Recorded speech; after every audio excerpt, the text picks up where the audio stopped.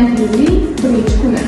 Navro'z so'zi forschadan tarjima qilingan bo'lib, yangi kun ma'nosini beradi. Eron, shuningdek Markaziy Osiyo va Kavkazda Navro'z 21-mart kuni, Qozog'istonda esa 22-mart kuni nishonlanadi. Navro'z Shimoliy yarimsharda bahorning boshlanishi sifatida kecha-kunduz tenglashgan kunda martning 20, 21 yoki 22-kunlarida boshlanadi.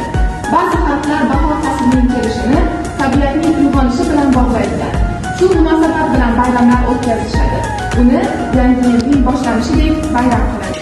Qadim-qadimdan Navro'z xolis niyatli kishilarning sevimli ayyori bo'lib kelgan. O'sha kunlarda hatto urush janjallar ham to'xtalgan. Gina qudratlar kechirib yuborilgan. Sohada ekishlar eng munosib kishilar taqdirlash qilib ayrim mahbuslarni gunohidan o'tishgan. Navro'zning tansiq taomi bo'lgan sumalakni xalqimiz qadim zamonlardan buyon tayyorlab kelishgan. Sumalak so'zining ma'nosi haqida turli xil rivoyatlar bor. Bu rivoyatda qayd etilishicha, qadim zamonlarda bir kambag'al ayolning yosh bolalari bo'lib, qishdan zo'r-bazo'r chiqishdi. Och qolgan bolalari non so'rab yig'lashibdi. Nima qilarini bilmagan ona bolalariga bir pasgina o'ynab turinglar, men sizlarga ovqat pishirib beraman debdi. Qozonga suv solib,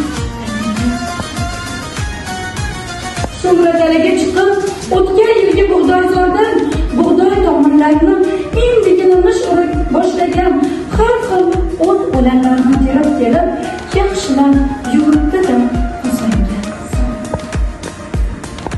Un xaltasini qoqishtirib, bir-ikki kappa unni qozonga tashlab qaynata boshlabdi. Tun yarimdan oshgandan so'ng charchab shunda malak, ya'ni 30 malak qozonni kavlab, qozonga tuz tashlab pishirib qo'yishdi. Tongda uyg'ongan bolalar, ona, bu ovqatingizni nomi nima deb so'rashibdi. Ona esa bu malaikalarning qarori.